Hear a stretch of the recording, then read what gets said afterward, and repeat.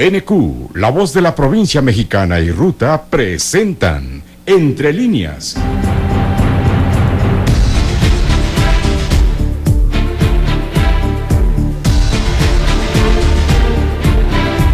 Un espacio de reflexión con entrevistas e información. Con el periodista Juan Carlos Ortiz Castro.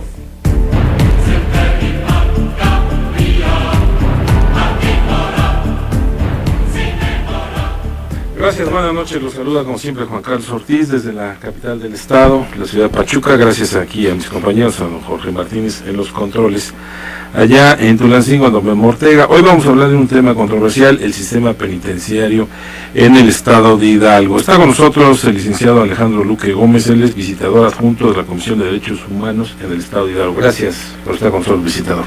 Gracias a ustedes por la oportunidad de estar con ustedes y su público. Gracias también al licenciado Luis Alberto Hernández Cerón, él es licenciado en Psicología por la Universidad Autónoma del Estado y además investigador de la situación penitenciaria en la entidad. Gracias por estar con nosotros. Muchas gracias por la invitación. Bueno, el sistema penitenciario no es privativo nada más del Estado, pero de manera general representa un gran costo social, porque este sistema no readapta, no capacita para el trabajo, no educa, no dignifica a la persona y lo más grave, no propicia la reparación de daños causados a las víctimas ni a la sociedad. Se abusa de la prisión preventiva y se genera sobrepoblación en los penales. Aquí en el estado de Hidalgo se prevé la construcción de un nuevo centro de readaptación social para atender la sobrepoblación que impera en 16 de los 17 reclusorios que existen en la entidad. El día de ayer la Comisión Estatal de Derechos Humanos dio un informe al respecto y habló de que aumentó la sobrepoblación en un 11%. ¿Así es, verdad, licenciado Luque? Sí, así es. De hecho, tenemos, gracias a la visita que se realizó a todos los centros penitenciarios y en la elaboración del diagnóstico sobre los mismos, que la población tiende a aumentar anualmente entre un 10 y 12% este año. ¿Y esto a qué se debe? ¿Cuál es el motivo, la causa? Bueno, los factores que se detectan principalmente, o de los que tenemos nosotros conocimiento, es obviamente las características de aumento en la delincuencia por punto número 1, y el segundo son el aumento de población que también se ha generado dentro del estado de Hidalgo. Recordemos que tenemos una gran población que es flotante, sí, sobre todo que viene del Estado de México y de otros estados que llegan a habitar aquí en nuestra. ¿Qué tan grave es la situación de sobrepoblación en la entidad y esto qué puede generar? Bueno, la sobrepoblación realmente genera un problema en cada uno de los centros. ¿Autogobiernos? No, yo creo que la situación más delicada de la sobrepoblación es la falta de servicios a los internos. Eso es lo que realmente afecta en cuanto a las personas que se encuentran internas y obviamente en una afección a sus derechos humanos. Pero el hacinamiento en determinadas celdas o en las mismas cuartos donde están recluidos los presos también provoca o genera conflictos. Sí, por supuesto, es uno de los factores principales por los cuales se vienen dando fricciones, obviamente, entre los internos por la falta de espacios, por la falta de servicios adecuados, y entonces, bueno, pues puede generar algún tipo de problemas entre lo que son los mismos internos y la seguridad, ¿no? Bueno, recientemente la Secretaría de Seguridad Pública en la entidad llevó a cabo un cateo en varios penales. Lo más sorprendente, y específicamente en uno de ellos que fue el Cerezo de Tulancingo, se encontraron más de 100 artículos, principalmente televisiones. Esto es, si no inaudito, es increíble que en un penal hayan sacado 100 televisiones, planchas, licuadoras, aparatos estereofónicos. ¿Quién permitió la entrada de este tipo de enseres o electrodomésticos? Y luego, ¿por qué tanto tiempo ahí? Bueno, dentro de las visitas que la comisión periódicamente hace a los centros penitenciarios, por los ordenamientos del presidente de la comisión, que ha tenido un interés muy específico en que incluso se hagan de manera permanente y en mayor cantidad, hemos observado que los aparatos, mejor dicho, los aparatos electrodomésticos que se llegan a encontrar, vienen a ser una parte de la vida de los internos debido a que en el interior no cuentan con muchos de los servicios, es decir, hay internos que para poderse hacer de comer pues tienen que tener una parrilla o tienen que apoyar a los servicios que se encuentran en el interior porque a veces son insuficientes. Entonces, ¿esto no viola el reglamento? En el reglamento de centros penitenciarios se establece, podríamos jerarquizar una serie de derechos, ¿no? Entre los fundamentales, son el derecho a la salud, a la comida, a una habitación digna, etcétera. Pero desgraciadamente, las instituciones a veces no cuentan con toda la infraestructura necesaria.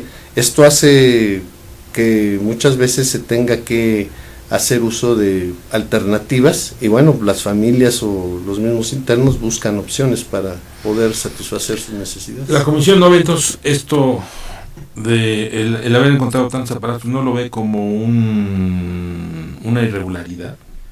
Se puede presentar como irregularidad, claro que sí. Cuando en esta entrada de aparatos o en este uso de aparatos se hace de manera para privilegiar a algunos internos. Esto sí sería causa de una irregularidad.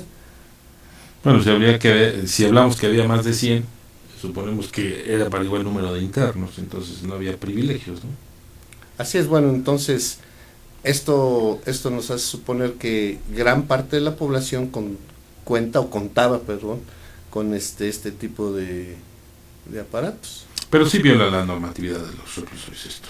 En determinado sentido, le voy a explicar por qué.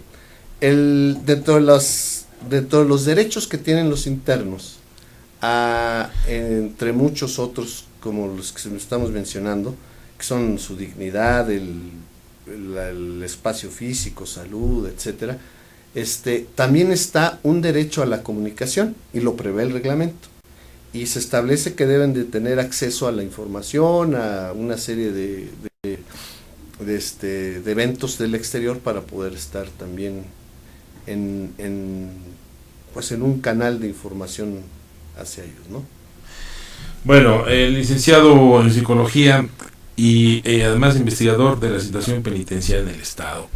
De acuerdo a los estudios que tú has hecho, licenciado, ¿cuál ha sido la problemática o los problemas que más se enfrentan los reclusorios en la entidad?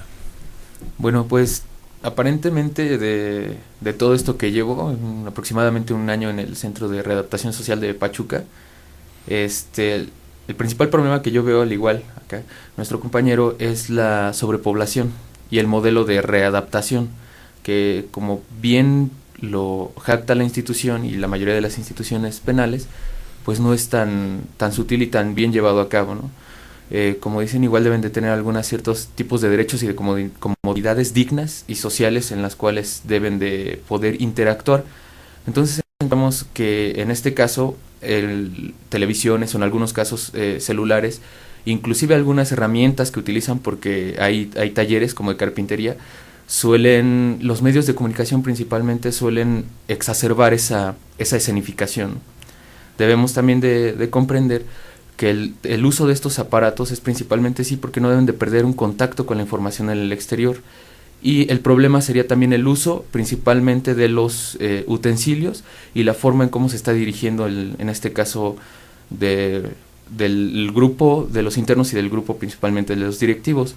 Encontramos que si el grupo de los directivos da estas oportunidades, sí no se deben de manejar como privilegios, porque entonces ya se está violando la normatividad inclusive interina de algunos internos, lo que puede propiciar algunos conflictos. Entonces lo que suele hacerse en este caso, lo que he mirado en este centro de readaptación social de aquí de Pachuca, es que principalmente el mal uso de los medios de comunicación, como inclusive algunas extorsiones que se pueden hacer entre ellos mismos, con algunos familiares, es el problema por tanta sobrepoblación. Hay un asunto importante, el perfil de los, no solamente de los funcionarios, sino de los custodios. ¿Están ellos, por un lado, capacitados y tienen ese perfil para estar ahí? Pues deberían, caso todos deberían tener. ¿Tienen? A mi forma de ver en este caso sí está. El problema es como el foco es la sobrepoblación, entonces estamos hablando de más de 1,000 internos en la mayoría de los penales, inclusive acaban de sacar la noticia que Tula, Tulancingo y Pachuca son los que tienen más sobrepoblación. Entonces encontramos un custodio por cada 25 internos. Entonces es muy difícil mantener el control en este sentido de la parte del personal como custodios. Visitador de la Comisión de Derechos Humanos, los custodios a veces no están capacitados para estar en un centro de readaptación. Este tema yo creo que es de los medulares en el sistema penitenciario. Realmente, si hacemos una revisión sobre la función de los centros, es obviamente resguardar la integridad de las personas que ahí se concentran, en su proceso, cumpliendo sentencias, etcétera. Lo importante de esto es que, en primer lugar, los centros penitenciarios cuenten con el número de custodios y de personal de seguridad adecuado. Ese es el punto número 1. Que no existe en el Estado. Así es, hace falta una gran cantidad de custodios, de elementos. Y el segundo punto, obviamente, sería la capacitación que tengan para cumplir en la manera correcta su trabajo. En lo que hemos nosotros visitado en todos los centros y de lo que nos hemos percatado es que realmente existe en los custodios y en los elementos de seguridad que están en los centros penitenciarios, realmente existe una entrega por parte de ellos, a veces rebasando las situaciones pues de infraestructura o de incluso hasta horarios laborales. Claro, laborales, porque realmente hacen un papel cuando son estos elementos no tocados por la corrupción y hacen su trabajo, realmente son un ejemplo digno en el Estado. Nos ha tocado ver custodios que realmente son un ejemplo de servicio público. Así también, obviamente, pues existen los elementos que a veces pues se dejan caer por algún tipo de tentación o tentaciones. Bueno, para nadie es un secreto que desde los reclusorios hacen llamadas de extorsión a todas partes del país, fundamentalmente los reclusorios que están en el norte. Se han generado muchas llamadas hacia celulares o viviendas en el estado de Hidalgo, pero también aquí desde esta entidad han salido algunas llamadas de extorsión para otras ciudades. No se han puesto tampoco los famosos bloqueadores de señal, como lo mandata el reglamento de los reclusorios a nivel federal. Así es. Esto se debe a falta de presupuesto y luego entonces, ¿desde hace cuánto que se solicitó y hoy se incumple con esta medida, licenciado Luque? Bueno, en cuanto a la situación del problema de extorsiones por parte de internos hacia la sociedad por el mal uso de los celulares, y más bien que porque no deben de encontrarse, debería de haber celulares en el interior. Teléfonos sí, pero así fijos. Tienen derecho los internos a hacer uso de medios de comunicación, a tener líneas telefónicas públicas, pero no, obviamente no celulares. En cuanto al uso de celulares que se vendría dando o que se llegara a dar, eso sí es una falta pues prácticamente una falta en los sistemas de seguridad. En la normatividad. Claro. Bueno, ¿y qué pasa cuando de repente en Pachuca, en Tulancingo, en Tizayuca, se encuentran este tipo de comunicación, los famosos celulares? Y simple y sencillamente llegan, los incautan y ya no pasa nada, no investigan quién los introdujo, no investigan cómo estaba la cadena de corrupción, porque no solamente sirven para extorsionar, sino también sirven para comunicarse con las familias y les cobran a los internos determinada cantidad por hacer uso de estos equipos. Sí, desgraciadamente los actos de corrupción nacen entre los mismos internos que abusan de algún tipo de pues ya sea privilegio, de algún tipo de aparato, y en el cual ya se lo renten, lo presten, lo vendan, y entonces empieza ahí una serie de irregularidades que trastoca finalmente a la seguridad y a la regulación del orden de los centros. Sí, a la población interna. Así es. Otro asunto del que poco se habla y que afortunadamente no ha llegado a desbordarse, pero es el perfil de los reclusos, perfil psicológico de los reclusos, que en algunos casos puede ser potencialmente inclusive un perfil homicida, y se mezclan con el resto de los reclusos que además son primeros delincuentes, y no existe una clasificación en los penales porque no hay capacidad. Si estamos hablando de hacinamiento, no hay suficiente espacio para dividirlos. Luis. Bueno, como lo comentas, cuando no hay este suficiente espacio, entonces se tiende a hacer el modelo de reclusión ya no separatista, como se venía hablando. Esto implica lo que algún autor ya en su tiempo lo mencionó, llamado Michel Foucault, en su famosa obra Vigilar y Castigar, que parece esta institución como, no solo esta, sino también algunas otras instituciones como los hospitales mentales, como formación en este caso estamos hablando de criminales, entre comillas, como se ha conocido. Cuando se empiezan a juntar en este sentido, empiezan a hacer pequeños grupos, o grupos donde empieza a haber una interacción y cambio de ideas. Entonces en el cambio de ideas se empieza a ver el por qué vienes, el por qué llegaste, qué pasó, qué hiciste. Muchas veces los internos con el personal especializado es de que la respuesta es, cuando hay una entrevista, es yo no hice nada, o es mentira este acto de delito del cual se les acusa, pero adentro con los internos tienen una pequeña familiaridad porque se les conoce como otros extraños pero iguales. Cuando empiezan a hacer este círculo de pequeñas organizaciones, empieza a haber este intercambio de ideas. Entonces si alguno viene como un robo simple, tiende a adquirir las ideas de los otros, y posteriormente hay más reincidencia y reincidencia. Entonces estamos hablando como una pequeña escuela de formación, principalmente en este caso como de criminales. La famosa universidad. La famosa universidad, carreras morales, decía. Pero no existe tampoco, en este caso también existe una violación al no haber esta separación de los primodelincuentes con los ya consumados.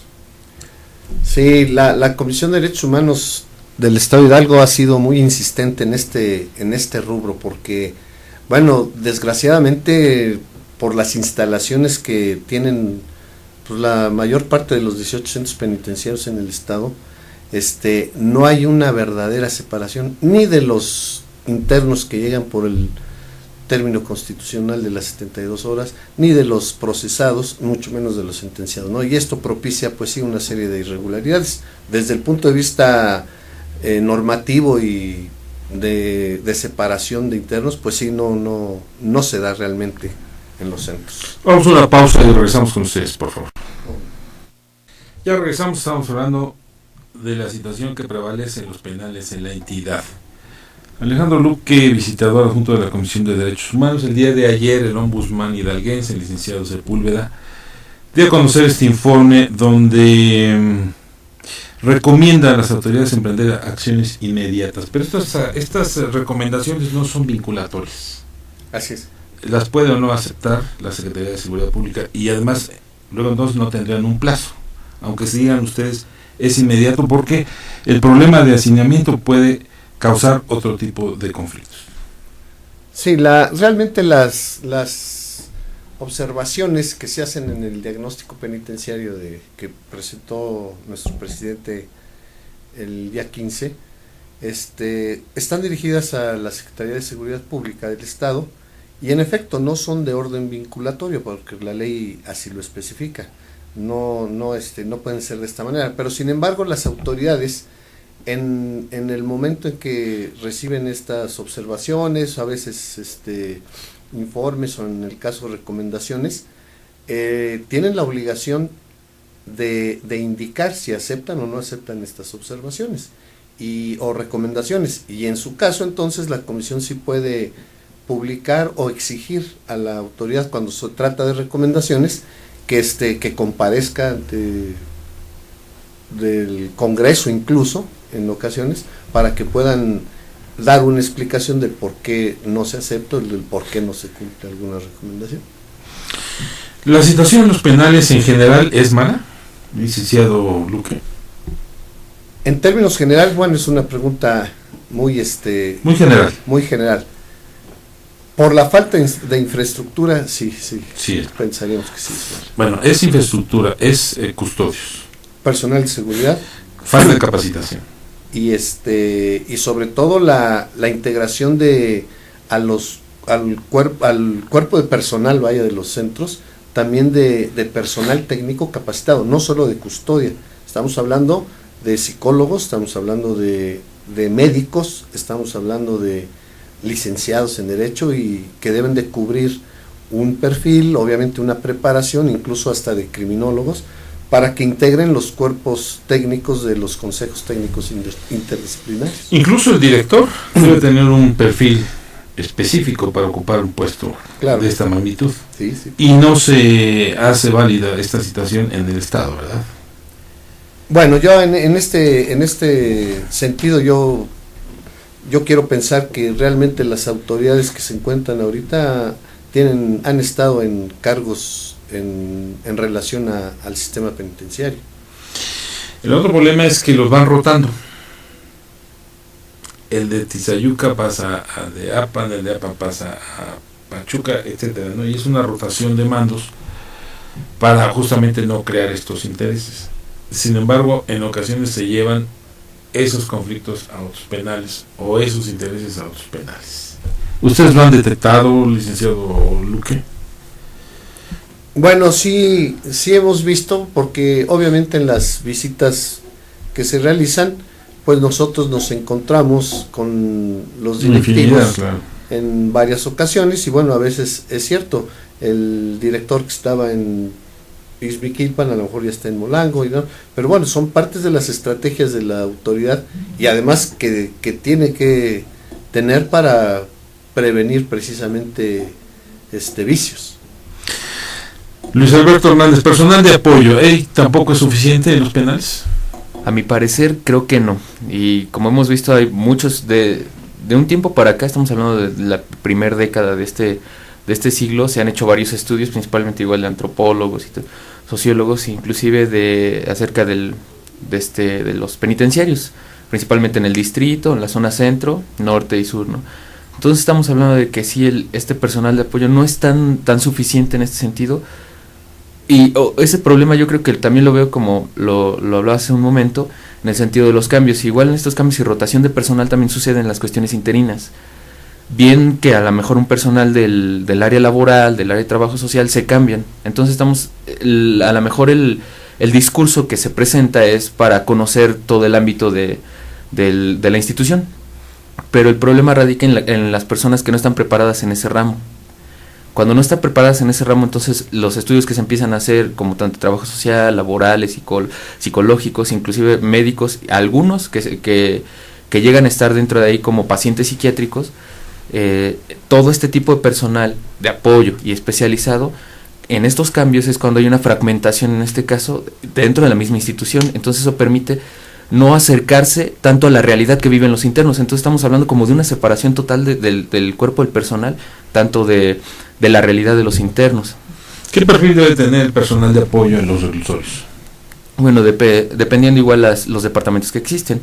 En este caso el perfil de apoyo está principalmente en el centro que he estado, es principalmente el área laboral y el área de trabajo social. Entonces estamos hablando de algunos perfiles de antropología, sociología, psicología, abogados, principalmente son los que encuentran en este sentido personal de apoyo.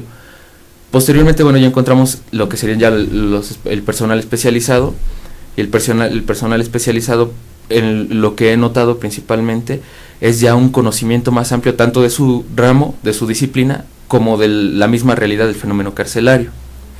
¿El relevo de los mismos funcionarios es también un conflicto? Sí, a mi parecer sí. ¿Por qué este relevo?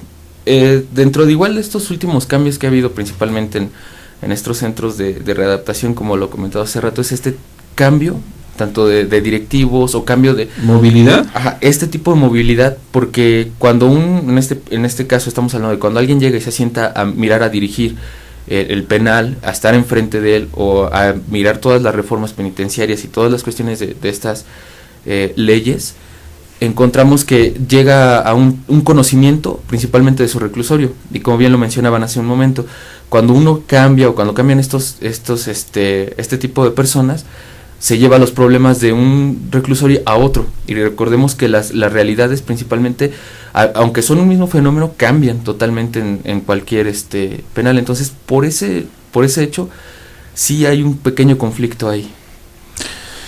Pues esta situación no es privativa, insisto, del Estado de Hidalgo, lo tienen y lo padecen todos los estados del país, pero evidentemente a nosotros nos interesa lo que está ocurriendo en el Estado de Hidalgo. Vamos a una pausa y regresamos con ustedes.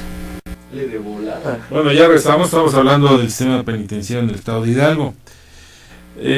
Habíamos invitado al director de los reclusorios en la entidad, quedó de estar con nosotros José María González Mendoza, él es el encargado de la dirección del Cerezo de Pachuca. No ha llegado, esperemos que pueda llegar justamente para hablar de esta situación. En términos generales también, a nivel nacional, el Estado de Hidalgo está en la media o un poquito arriba de la media en cuanto al sistema penitenciario. Sin embargo, tiene problemas de fugas de reclusos. El año pasado se registró una, hace 2 años también, pero nos ibas a comentar, Luis Alberto, una situación especial que ocurrió en el 2013, en 2012, finales del 2012, en el reclusorio de Pachuca. Ajá. Cuando las personas se encuentran en un hacinamiento, y principalmente cuando no es a voluntad, existen unas formas de deterioro en su personalidad, buscan la salida, buscan la llegada al mundo exterior al cual estaban acostumbrados. Algunos empiezan a hacer algunos tipos de ingenierías, principalmente para salir, ¿no? Algunos cavan, pero hay algunos otros que se salen de la normatividad, de la normatividad de fugas. Entonces estamos hablando que practican algún deporte. Normatividad de fugas, hay una normatividad. Ajá, de fugas. Un estándar, ¿no? Un estándar, parámetros, sí. Ciertos parámetros que suelen conocerse en ese entorno. Cuando se salen, por decir, de esos parámetros, ponen como en jaque principalmente a todo el cuerpo de seguridad. Entonces es el clásico que no me lo esperaba. En este caso hubo uno que practicaba parkour. Si nos dices qué es el parkour. Parkour es una actividad que se hace principalmente en las calles, que es subir en las paredes, saltar, prácticamente es caminar en un muro vertical. Ajá, y algunos llegan a saltar desde un edificio a otro. Se ve mucho aquí en Pachuca, principalmente en los parques. Hubo uno que de tanto practicar eso ahí en el instituto y fuera logró escalar la pared en 13 segundos y salir en 13 segundos. 13 segundos. Fue captado igual por algunas cámaras de video que estaban ahí y por algunos internos que llegaban a comentar lo que había hecho y cómo lo había planeado, ¿no? Pero fueron aproximadamente de 10 a 13 segundos en lo que logró subir la barda y saltarla, y al parecer ya lo estaban esperando en la parte de afuera. Pero tienen las bardas un tipo de alambrado especial justamente para evitar que se puedan fugar por ahí. Sí, tienen un tipo de alambrado. Estamos hablando de cuando sucede este tipo de adrenalina, el cuerpo llega a dejar de sentir en algunos momentos. Entonces sí hubo pequeñas lesiones, y obviamente a la caída también hubo lesiones, pero sí lo logró esquivarlo. Igual dependiendo el sistema de vigilancias y el tipo de conocimiento que los internos tienen del vigilante, en este caso de las torres de vigilancia, porque llega el momento en que, como es tanto el trabajo de los custodios, a veces 24/24, algunos se llegan a quedar todavía más tiempo, el cansancio a veces llega a ganar en estos casos, entonces ellos buscan los puntos débiles y en esos momentos lograr la fuga.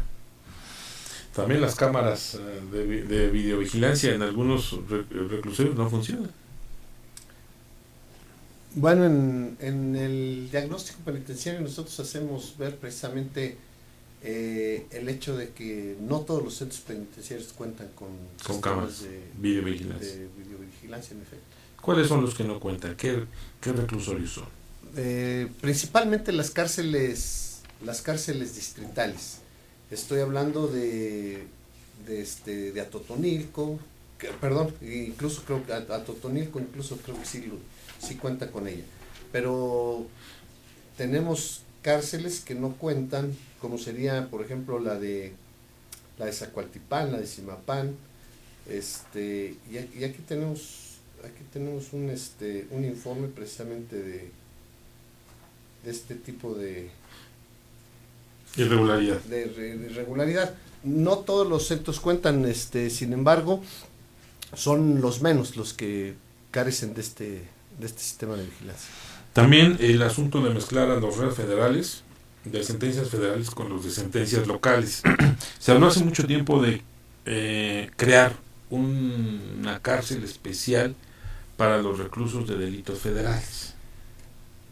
Ha disminuido el índice de población federal. Pero sigue. Pero sí, en efecto, sigue habiendo población federal en los centros penitenciarios del Estado, sobre todo aquellos que están en un proceso, en una etapa procesal, vaya, todavía no han sido sentenciados, y en lo que las autoridades se abocaron por parte de los centros, detectamos eso nosotros, es que dentro de los internos federales, aquellos que ya estaban sentenciados sí fueron trasladados a otros centros, aunque no es la totalidad de la población. Incluso en el diagnóstico penitenciario se hace ver precisamente la necesidad de que las autoridades penitenciarias hagan los trámites necesarios para que estos internos federales vayan a centros de reinserción federal. Sí, porque contaminan a toda la población. Estamos hablando de casi 17,000. No, la población penitenciaria en el estado son 3,700. 3,700. No, aproximadamente, bueno, puede variar, esto es de acuerdo al último dato que tuvimos. ¿Y de estos cuántos son federales? De los federales es un porcentaje muy bajo, tenemos actualmente, le voy a dar el dato exacto, sí. Si me permite lo tengo. Estamos hablando de una población de 3,000 reclusos. 740 reclusos. Que son el 20%. Más el 100% de la población penitenciaria en el estado de Hidalgo es un aproximado de 3,740 internos.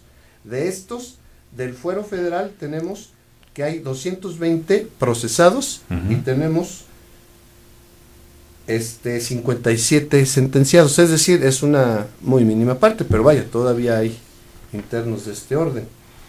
Y la población femenina y masculina, que también ha ido en aumento la población femenina. Sí, aproximadamente, me parece que este año fue un aproximado de un 11% en cuanto al crecimiento de la población femenil. Y bueno, en relación con la población de varones, representa el 9% de la población en su totalidad. En algunos otros años también la misma comisión en el estado de Hidalgo recomendó la separación. Sí, por supuesto. De internas y de internos, y hasta la fecha no se ha logrado esto, pues por falta de infraestructura, es evidente. En algunos ya existe esta separación. Por ejemplo, hay centros que tienen su área femenil específicamente, como es Pachuca, Tulancingo, Izmiquilpan, Huichapan, Pero lo recomendable es que sean centros específicos para... sí, bueno,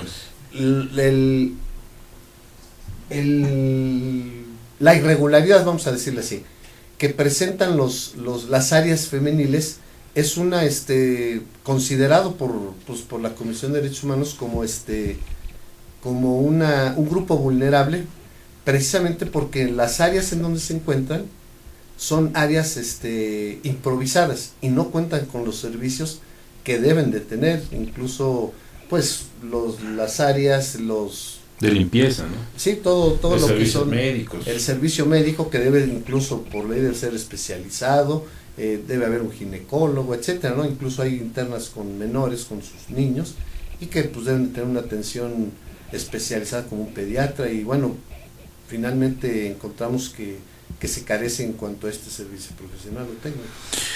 Una solución a la sobrepoblación, de alguna manera, lo han solicitado las autoridades, que es la preliberación. Vamos a una pausa y regresamos. Ya regresamos. De acuerdo al Diagnóstico Nacional de Supervisión Penitenciaria del año 2012 que presentó el Ombudsman el pasado miércoles, se hace una serie de calificaciones y comparativas con relación a otros años. En el caso de los 3 cerezos más importantes de la entidad, estamos hablando de Pachuca, Tulancingo y Tula, estos 3 cerezos bajaron su calificación. Por ejemplo, Pachuca pasó de 6.73 que tenía el 2011 a 4.71. El de Tulancingo de 6.37 a 4.79. Y el de Tula de 6 a 4.46. El visitador nos puede decir cuáles fueron los aspectos que se calificaron o que se califican y en dónde detectaron este tipo de conflictos que permitieron descender la calificación en estos penales de por sí no muy bien evaluados en el 2011. Bueno, primero me permito aclarar, el diagnóstico nacional lo hizo la Comisión Nacional de Derechos Humanos. Sí. Así es, pero sí, de alguna manera nosotros participamos acompañando y apoyando las actividades, así es. Los principales índices para calificar estos centros, de acuerdo a la técnica que utilizó la escala. Exacto, a la técnica con sus escalas debidas la Comisión Nacional, fueron la situación de infraestructura, la situación de personal técnico, la situación de población obviamente, los servicios en cuanto a agua, luz, mantenimiento, comida, instalaciones, comida, y bueno, en cuanto también a situaciones de carácter técnico jurídico. Y la calificación la dieron por parte de la Comisión Nacional, y sí se encontró que bajó de acuerdo a este índice, a estos parámetros, el calificativo que se dio.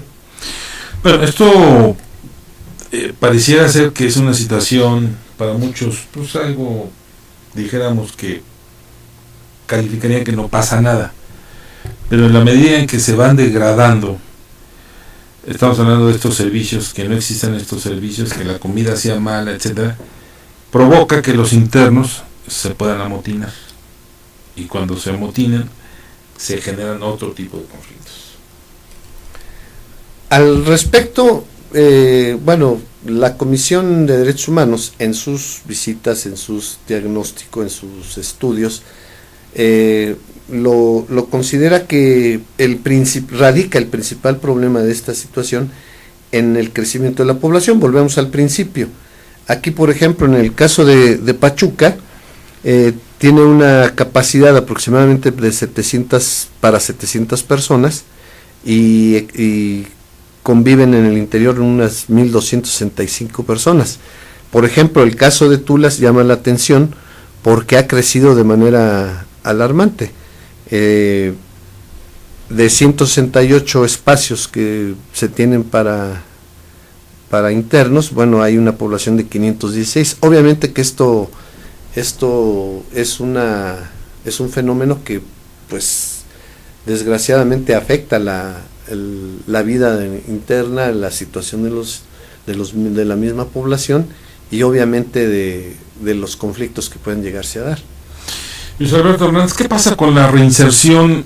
Muchos internos trabajan para su manutención, para la de la familia, les permiten hacer algunas actividades manuales y con ello que la familia salga a venderlas, que salga a la calle a venderlas.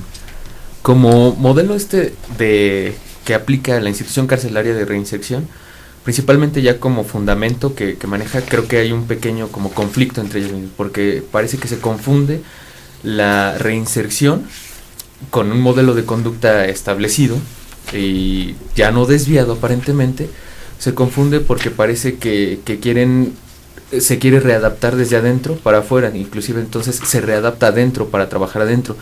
Hablando en este sentido, Los internos solo, en este caso, buscan principalmente el trabajo. La mayoría de ellos menciona que la educación, a veces por el trabajo, no puede ingresar.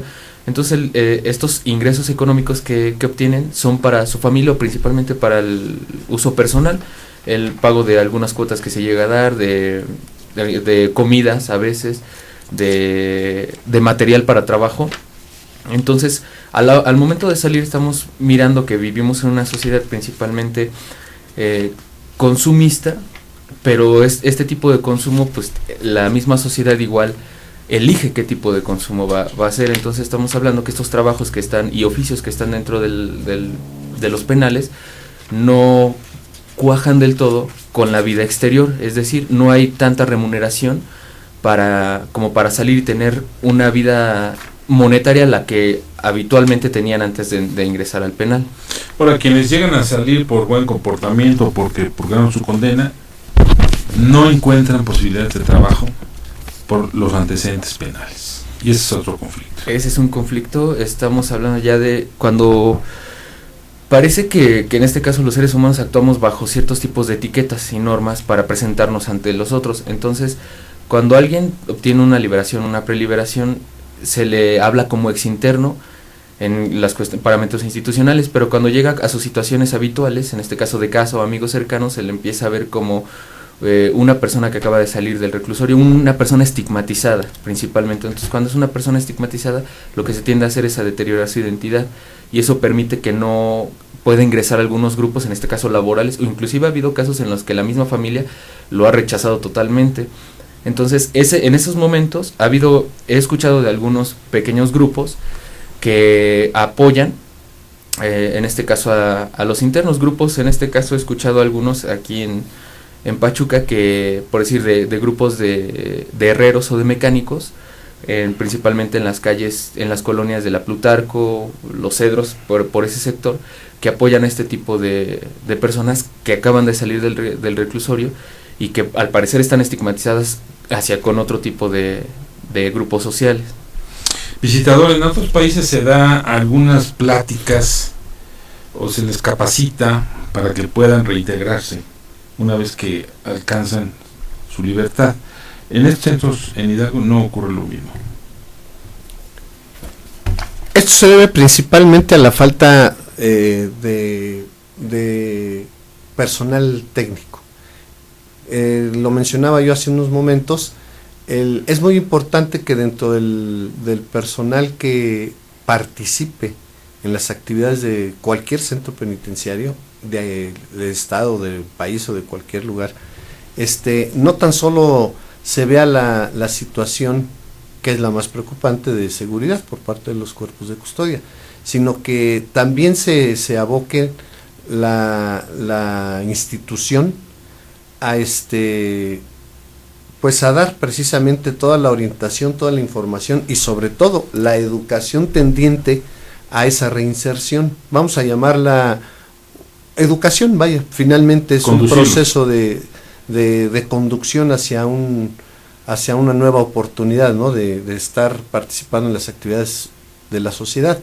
Y bueno, para esto se necesita personal que tenga la capacidad, sobre todo la profesión adecuada para poder dar este tipo de sobre todo porque cuando ellos salen se sienten agredidos por la misma sociedad que los rechaza o los margina. Sí, y deben estar ellos preparados para asimilar estas circunstancias. Claro, es un fenómeno sociológico muy natural, ¿no? El mismo hecho de que alguien sea sancionado, y es una sanción social, recordemos, al salir al mismo medio, a la misma etiqueta. Exactamente, sale pues prácticamente con bajo un estigma, ¿no? Visto por la demás población. Sí, se estigmatiza. Bueno, ¿qué pasa también con las famosas leyendas de los centros de reclusión? Se habla y se insiste que hay reclusos que tienen preferencias y que pueden salir sábados y domingos y regresar el lunes. ¿Esto es real? No, lo desconozco realmente, yo no podría decirle si esto sea real. Pero no ha habido denuncias que lleguen a la comisión en ese sentido. En este sentido no. Otra leyenda también es el control en cuanto a todos los servicios y las cuotas que se tienen que pagar. ¿Esta leyenda sí existe? Bueno, en realidad lo que tenemos nosotros conocimiento es que en los centros penitenciarios de mayor población, es decir, vamos a hablarlo, Pachuca, como son Tula. Pachuca, Tulancingo, Tula, existen por el ejercicio indebido de algún tipo de poder interno, por fuerza, por manejo de amenaza, etcétera, cualquier tipo de mecanismo que a veces utilizan los internos, y que por alguna razón la autoridad no está en la capacidad de poder controlar, por el número, por la falta de personal, por la gran cantidad de actividad que a lo mejor no puede llegar a abarcar. Entonces sale, no debería de ser normal, pero bueno, llega a suceder, y entonces el interno hace uso de muchas argucias para poder allegarse de dinero, de control, y esto es lo que llega a impactar precisamente, no tanto a la institución como a los mismos internos, que son sometidos a cobros indebidos. Es un cogobierno disfrazado, finalmente, ¿no? Pues bueno, en parte, en algunos de ellos se puede presentar precisamente por la gran cantidad de población y cuando no hay un control debido de los cuerpos de seguridad. Este asunto de los reclusorios en el estado se ha hablado durante mucho tiempo. Yo recuerdo desde hace más de 12 o 15 años se ha estado insistiendo de todas estas anomalías que existen en los cerezos, y aún que se han señalado las irregularidades, permanecen. ¿Qué va a ocurrir si no se pone atención en esta situación? ¿Ustedes cómo miran este conflicto de no atenderse de manera inmediata? Bueno, obviamente sí es un punto delicado. Ya en tiempos anteriores, me refiero en hace un par de años me parece, ya las autoridades están tomando cartas en el asunto. Incluso se habla del proyecto de un centro penitenciario en la zona centro que va a permitir desahogar a gran cantidad de población para que pues prácticamente los centros con mayor sobrepoblación, con mayor cantidad de internos se desahoguen, y bueno, esto pueda impactar precisamente en una mejor calidad de vida para ellos. Esto es un proyecto que hasta donde tenemos nosotros conocimiento, bueno, se está trabajando, y bueno, ojalá que las actividades de construcción pues pudieran darse, ¿no? ¿No advierten hasta este momento un problema social, como ha ocurrido en otros centros penitenciarios de algunas entidades del país? No, estamos hablando Tamaulipas, Sinaloa, Nuevo León, Guerrero. No, al respecto, pensamos que nuestro estado afortunadamente todavía está en un índice en cuanto a violencia, en cuanto a problemas de tipo interno, precisamente no tiene estas características. No advierten ustedes se pueden presentar, es obvio, un centro penitenciario siempre es un lugar en donde pueden ocurrir una gran cantidad de situaciones, pero el estado de Hidalgo no entra en una calificativa de gravedad en este asunto. Luis Alberto, tú, con tu experiencia en el centro de Pachuca, donde tú trabajaste y fuiste investigador, ¿no adviertes esta problemática? Sí, principalmente observamos igual este tipo de problemáticas. La primera es la infraestructura, en este sentido la sobrepoblación. La infraestructura ya no está para abarcar a tantos internos. El segundo es el modelo de readaptación, de reinserción, que pues viene igual de muchos años atrás, que antecedió inclusive al de rehabilitación de los parámetros médicos que se venían observando. Y el último es que en este caso la institución penal no es un ente fuera de la sociedad, no está dentro de. Entonces, si la sociedad en el exterior tiene algunos conflictos principalmente, lo mismo lo va a tener en este caso dentro de la institución penal. Entonces, si cambia la institución como ente aislado de la sociedad, tiende a caer otra vez en los mismos problemas, en los mismos conflictos que ha venido arrastrando desde siempre. Entonces, por lo tanto, se tendría que hacer un cambio en toda la sociedad en la que se encuentran estas instituciones penales. Ahora bien, si se hace un cambio de esta magnitud, entonces encontramos un nuevo modelo de cómo comprender y cómo entender en este caso a este tipo de personas que manifiestan conductas que se presentan como desviadas. En algunos momentos dicen antisociales o asociales, ¿no? Si se hace un cambio total, ¿qué modelo podría encarar este tipo de fenómeno? Porque por lo regular en este caso la sociedad mexicana tiende a adoptar algunos modelos, ¿no? Como los estadounidenses o los europeos principalmente. Entonces no es la misma tónica, no es la misma sociedad y tiende a tener conflictos y tiende a fallas. Ahora bien, si este modelo de las instituciones penales tiende a cambiar, ¿cuál sería entonces su fundamento? Porque probablemente desde que empezaron las instituciones penales van con el aislamiento, en el deterioro al cuerpo que anteriormente era y que algunos aluden que ahora es el deterioro al tiempo, al alma, a la identidad y a todas estas cuestiones. Si es su fundamento de las instituciones penales, ¿cuál sería entonces ahora su función? ¿Qué modelo habría para entender ahora este fenómeno y principalmente la realidad de los internos? Pues sin lugar a dudas el principal problema de los reclusorios es el hacinamiento. Se tiene que resolver con la construcción de nueva infraestructura, pero además con el nuevo sistema de justicia que se está implementando a nivel país va a permitir que muchos de los presuntos culpables de delitos menores ya no lleguen a las cárceles, y eso va a disminuir sin lugar a dudas la sobrepoblación que en estos momentos en algunos estados es peligroso. Aquí todavía en Hidalgo se puede manejar, se puede operar, pero no deja de ser un riesgo. Agradezco mucho a Alejandro Luque Gómez, visitador adjunto de la Comisión de Derechos Humanos en la entidad, que ha estado con nosotros. Gracias, licenciado. Fue un placer y gracias por la oportunidad de estar con usted y su público. También a Luis Alberto Hernández Cerón, él es licenciado en Psicología por la Universidad Autónoma del Estado e investigador de la situación penitenciaria en Hidalgo. Gracias, Luis. Muchas gracias por esta oportunidad. Y aquí a mis compañeros que estuvieron en Pachuca, Jorge Martínez, en Tulancingo, Don Memo Ortega, y a quien hicieron posible la transmisión vía televisión, Jaciel Velasco y Celso García. Gracias, les agradezco y los espero en otro programa Entre Líneas. Buenas noches, se despide Juan Carlos Ortiz. Gracias. Entre líneas. Con el periodista Juan Carlos Ortiz Castro. Te esperamos en nuestra próxima emisión.